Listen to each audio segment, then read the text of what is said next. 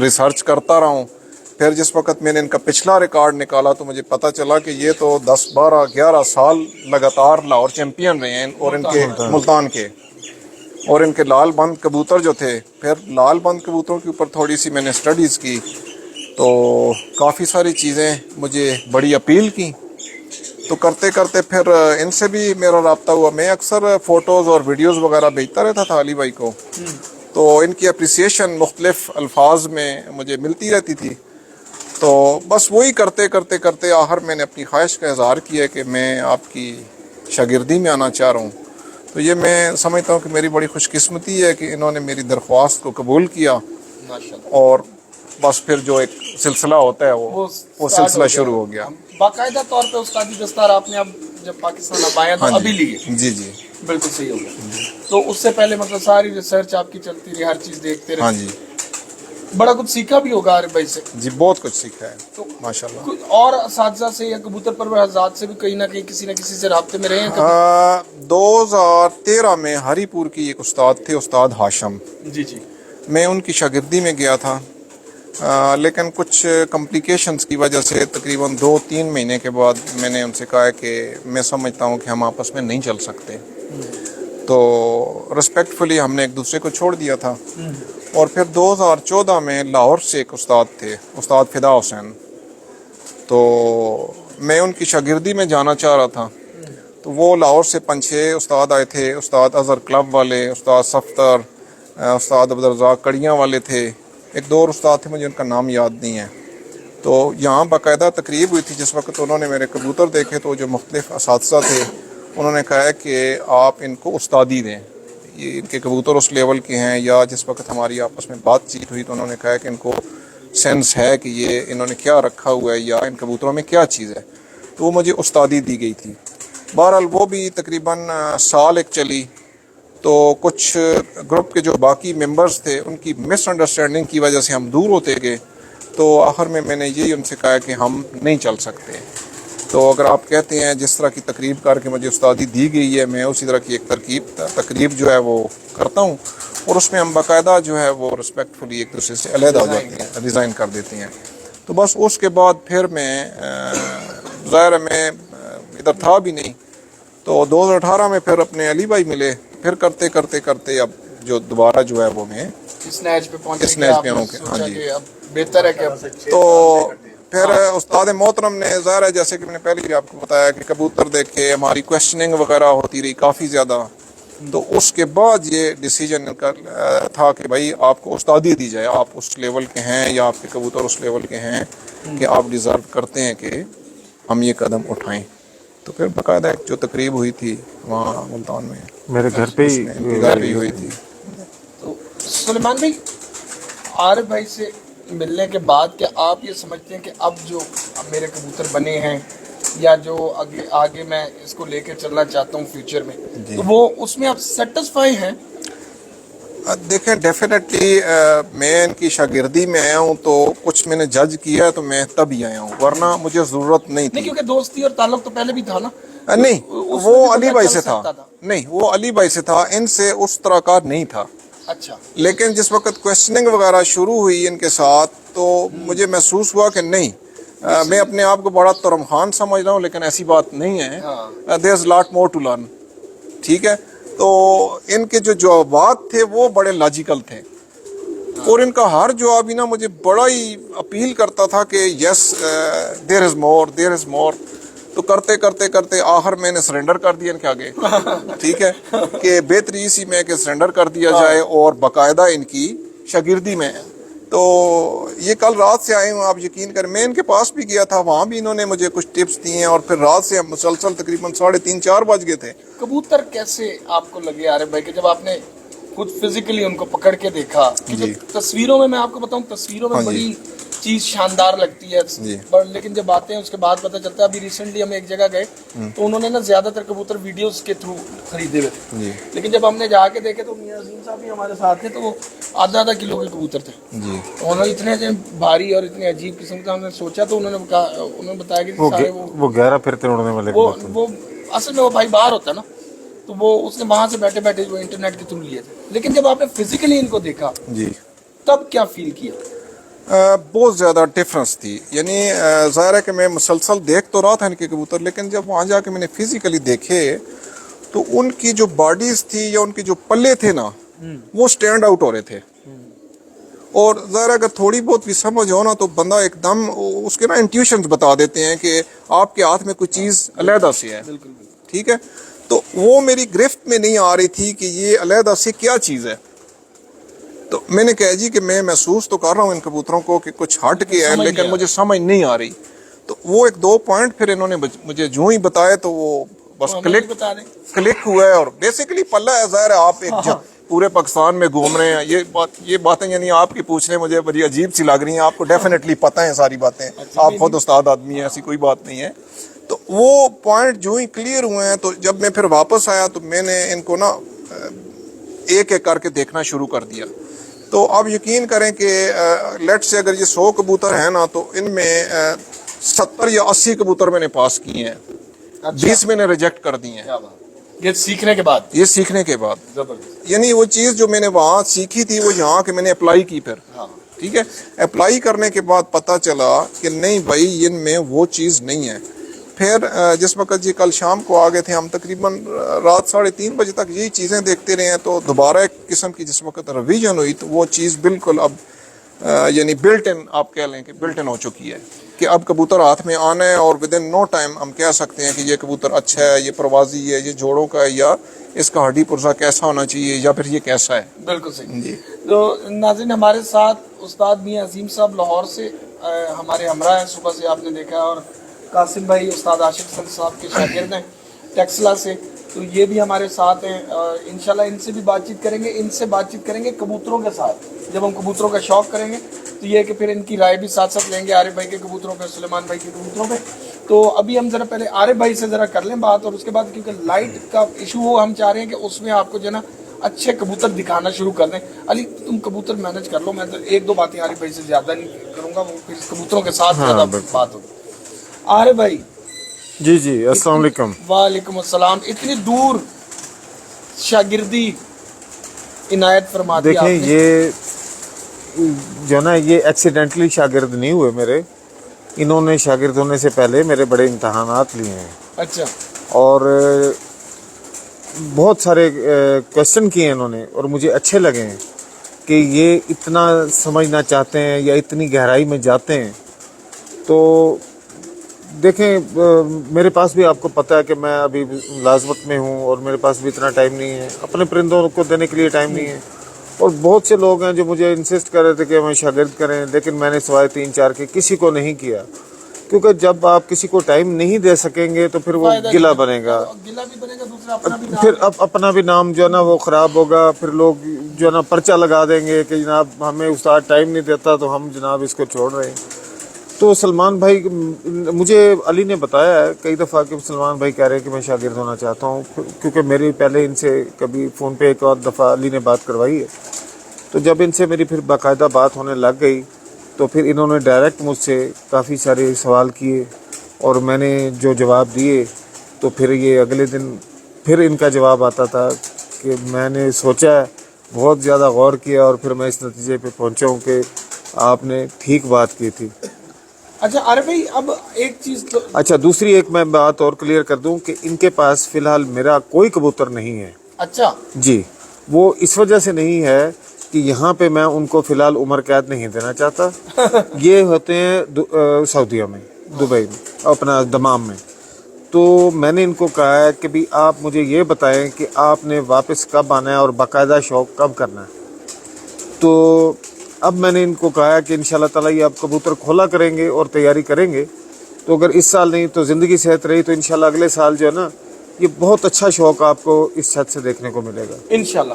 اچھا ایک چیز آپ سے پوچھوں گا کہ ملتان کی گرمی خشک اور بڑی ٹف قسم کی جاب ہے ملتان میں کبوتر پر. یہاں کا موسم، یہاں کا ماحول اور اسپیشلی یہاں پہ نمی ہے کیونکہ ساتھ ہی تربیل ہے. تو کیا لائے عمل اختیار کریں گے؟ کیا یہاں پہ کچھ اسٹرکچر میں چینجز لائیں گے، دانہ پانی میں چینجز لائیں گے، گیم کو کوئی اور طریقہ دیں گے؟ کیونکہ فرق تو آئے گا، زمین آسمان کا آئے گا. دیکھیں یہاں پہ وہ کبوتر نہیں اڑیں گے جو ملتان میں اڑتے ہیں ڈائریکٹ ان میں تبدیلیاں کرنی پڑیں گی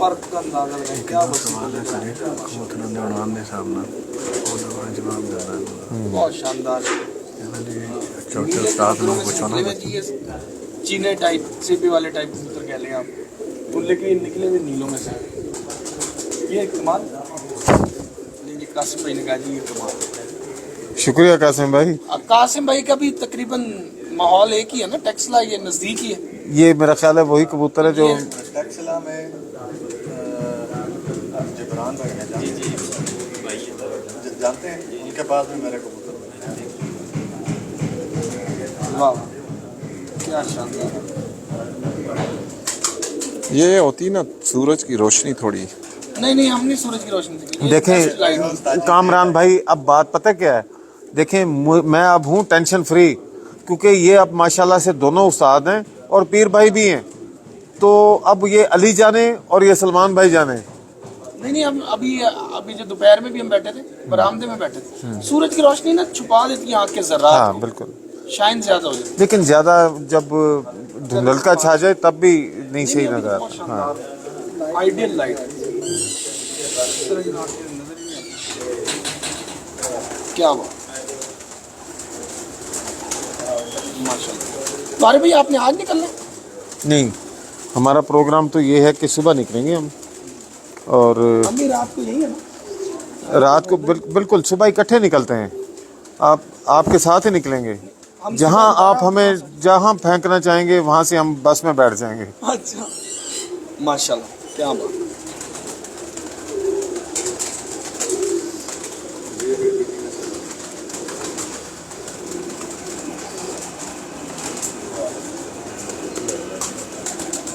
یہ ان کے کانٹے دیکھیں خوبصورتی دیکھیں. کمکروں والی پوری بات ہے.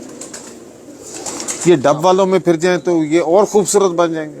ہاں جی یہ ان میں سے پھرا. ہاں یہ پھرا انہی میں سے بنے ہوئے ہیں. کلچرے بھی نکل رہے ہیں اور ہرے بھی نکل نہیں جی آج ایک ایسا کبوتر ہم دیکھ کے بھی آئے رنگ کا. ہاں قاسم بھائی یہ ذرا طرح سلمان بھائی ان کا بڑا لے کے ایک بھائی ہمارے پاس ہے جی مائک لگے ہوئے آپ کو یہ مائک ہمیں دے دیں میری تو آواز بھی ختم ہو جائے گی. یہ نہیں قاسم بھائی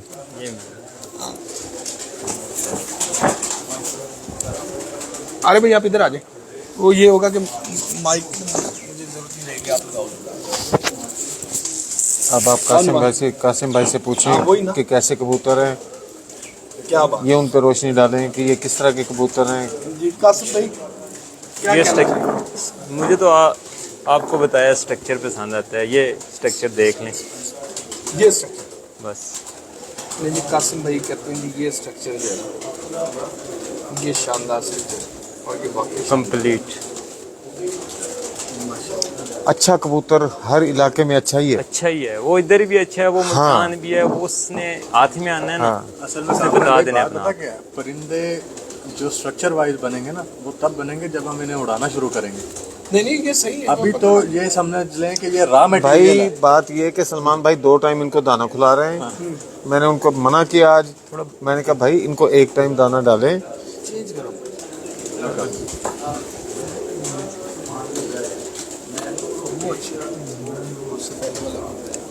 یار یہ ان بریڈ ہو کے خراب ہوئے ہیں. ہاں ان بریڈ ایک ہی کھانے میں بس ایک نسل انہوں نے رکھی ہوئی ہے. تو اب ان کو میں نے ان کو بتایا کہ بھی ان کو بنانا پڑے گا دوبارہ سے ان کو سنوارنا پڑے گا ان کبوتروں کو. ہاں بالکل بلڈ وائز بہت اچھے ہیں لیکن ایک تو یہ عمر قید ہو گئے ہوئے ہیں اور دوسری بات یہ ہے کہ یہ نہ ان کو اڑایا انہوں نے اور آپس میں ان بریڈ ہو رہے ہیں. اس کی وجہ ان بریڈ ہو کے تو بڑے بڑے کبوتر خراب ہو جاتے ہیں. بڑی بڑی نسل یہ ان کا جد امجد ہے. یہ دیکھیں یہ ان سارے ہروں کا باپ یہ ہے. ان سب چینوں کا یہ باپ ہے. یہ والا یہ دیکھ یہ کبوتر واہ.